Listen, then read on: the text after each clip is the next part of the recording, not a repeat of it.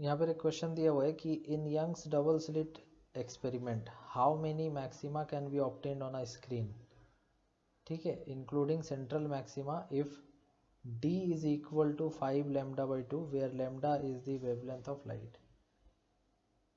तो देखो, तुम्हें अगर याद हो तो हम लोगों ने पहले पढ़ा है कि सपोज़ अगर ये स्क्रीन है हमारी, ठीक है, और यहाँ पर ये स्क्रीन होने के बाद सपोज़ करो कि ये हमारी सेंट्रल मैक्सिमा वाली लाइन हो गई और हमारे पास दो सोर्सेज हैं, सपोज़ S1 सोर्स यहाँ पर है और S2 सोर्स यहाँ पर है, ठीक है। अभी S1 सोर्स से जो लाइट जा रही है यहाँ पर ऐसे एक ले रहे हैं और एक और S2 सोर्स है, उससे हम लोग लाइट ऐसे यहाँ पर ऐसे ले रहे हैं, ठीक है। तो ये जो दोनों सोर्सेज के जो लाइट रेज जा रहे हैं, इनके जो वेव्स हैं, इनके जो पाथ है, ये पाथ का लेंथ जो है वो सेम नहीं है। एक वेव इस तरह से गया है और दूसरा वेव इस तरह से गया है, तो ये जा कर के पी पर यहाँ पर इंटरफेयर कर रहे हैं, इंटरफेरेंस हो रहा है, तो इनकी जो पाथ की लेंथ है वो सेम नहीं है। तो उसे निकालने के लिए हम लोग यहाँ से S1 से एक परपेंडिकुलर लाइन ऐसे ड्रॉ कर देते हैं, ठीक है,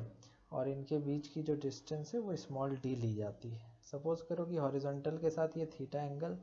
ये भी थीटा एंगल। तो देखो, तुम्हें एक ट्रायंगल इस तरह से मिला है, इस तरह से एक राइट एंगल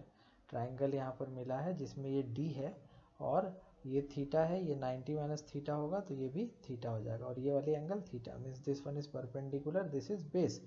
और ये जो परपेंडिकुलर है यहाँ पर जो परपेंडिकुलर डिस्टेंस है ना, ये वही तुम्हारा यहाँ पर ये परपेंडिकुलर डिस्टेंस ही पाथ में डिफरेंस है, दोनों का जो पाथ है उसमें ये डिफरेंस है और इसे हम कहते हैं delta x.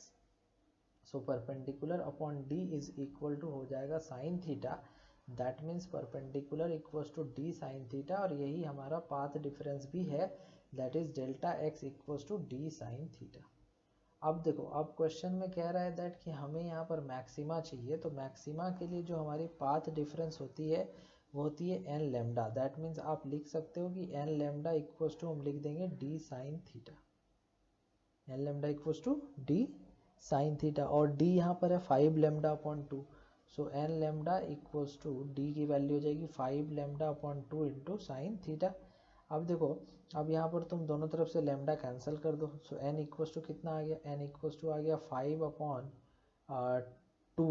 Into sine theta. अब अगर सपोज करो कि साइन थीटा लिखना हुआ तो साइन थीटा तुम कितना लिखोगे, साइन थीटा तुम लिखोगे 2n अपॉन 5, और साइन थीटा 2n/5 है, दैट मीन्स साइन थीटा की वैल्यू जो है -1 से लेकर के 1 तक होती है, दैट मीन्स कि 2n/5 की भी वैल्यू जो है -1 से लेकर के 1 तक होनी चाहिए। तो इससे ये साबित हो जाएगा कि n की जो वैल्यू है वो -5/2 से लेकर के +5/2 तक होनी चाहिए। तो -5/2 का मतलब हो गया कि -2.5 और इधर 5/2 का मतलब हो गया 2.5। तो चूंकि n इंटीजर होता है तो ये हम ले नहीं सकते, इसके बाद -2, इसके बाद यहाँ पे +2, इसके बाद यहाँ -1, इसके बाद यहाँ 1 और बीच में 0, क्योंकि इंक्लूडिंग सेंट्रल मैक्सिमा भी बोला है। तो टोटल यहाँ पर 1 2 3 4 एंड 5 टोटल यहाँ पर n की जो वैल्यू आ गई है यहाँ पर। तो हमें यहाँ पूछा गया था कि how many maxima can be obtained, तो 1 2 3 4 एंड 5 ये नहीं लेंगे, तो टोटल हमारा 5 यहाँ पर मैक्सिमा ऑब्टेन्ड होगा। ओके।